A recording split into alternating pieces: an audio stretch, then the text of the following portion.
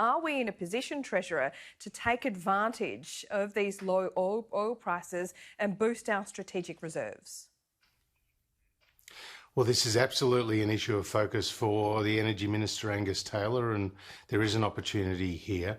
And as you say, both Brent and West Texas oil prices have suffered a dramatic fall, just reflecting the stop on economic activity as a result of the coronavirus pandemic. I'm sure that prices will pick up over time once the crisis passes, but certainly right now we're seeing oil prices in uncharted territory, with actually negative futures, reflecting the fact that people don't even have enough places to store the oil, let alone to use it. Let's talk about the RBA Governor. He's talking again about industrial relations reform, but also tax reform. He was more broad in what he said yesterday in his speech, but do you have any specific areas when it comes to tax reform?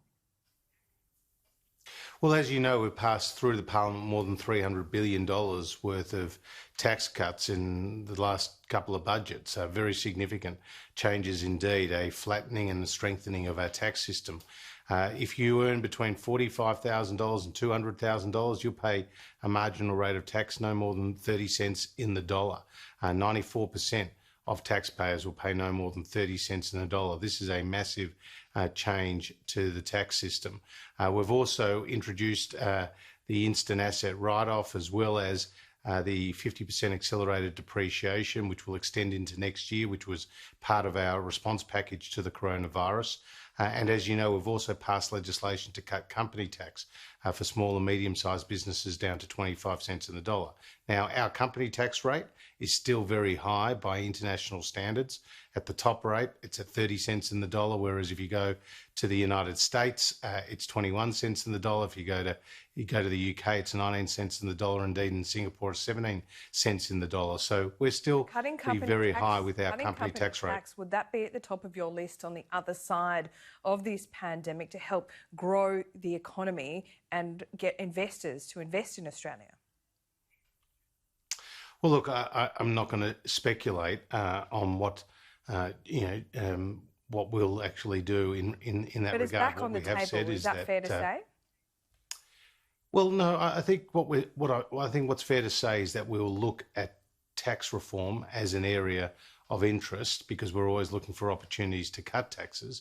And as you know, Laura, there was a very clear contrast between the parties at the last election. One side was proposing off the table, though, 387. As you've pointed out, as the Prime Minister's pointed out, now Philip Lowe's pointed out, that we're going to need some pretty creative thinking on the other side of this to get back to where we were.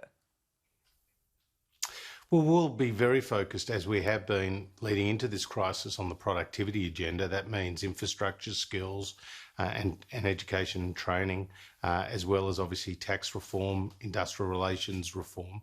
They're areas, and deregulation, they're areas that have been the focus for us and will continue to be the focus going forward. I think what the message from Phil Lowe was yesterday was that there is some challenges ahead. He painted the picture of an economy that, both domestically and globally, that's been really hit by the coronavirus.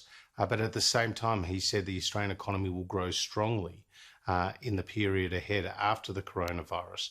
And he paid tribute to our responsible fiscal policy as giving us the flexibility to use our balance sheet to smooth out the income shock. And I think that's very important for people to recognise that we came into this crisis from a position of economic strength, which has allowed us to put to work $320 billion to support the economy at this most very difficult time.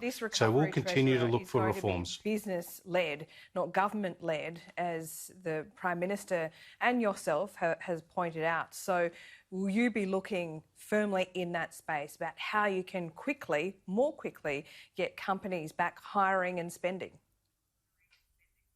We're absolutely focused on reforms that encourage investment, innovation, new hires of employees, new investments in capital. And just yesterday, Laura, I was on separate video conference calls with the Business Council of Australia and their 20 leading CEOs with the Australian Industry Group and with the Australian Chamber of Commerce, and with all their state representatives, because it was really important to hear firsthand from them as to what is happening on the ground, but also to talk about the reforms that are needed for Australia on the way out. And that's what the Prime Minister, Matthias Cormann, myself and the rest of our colleagues are focused on.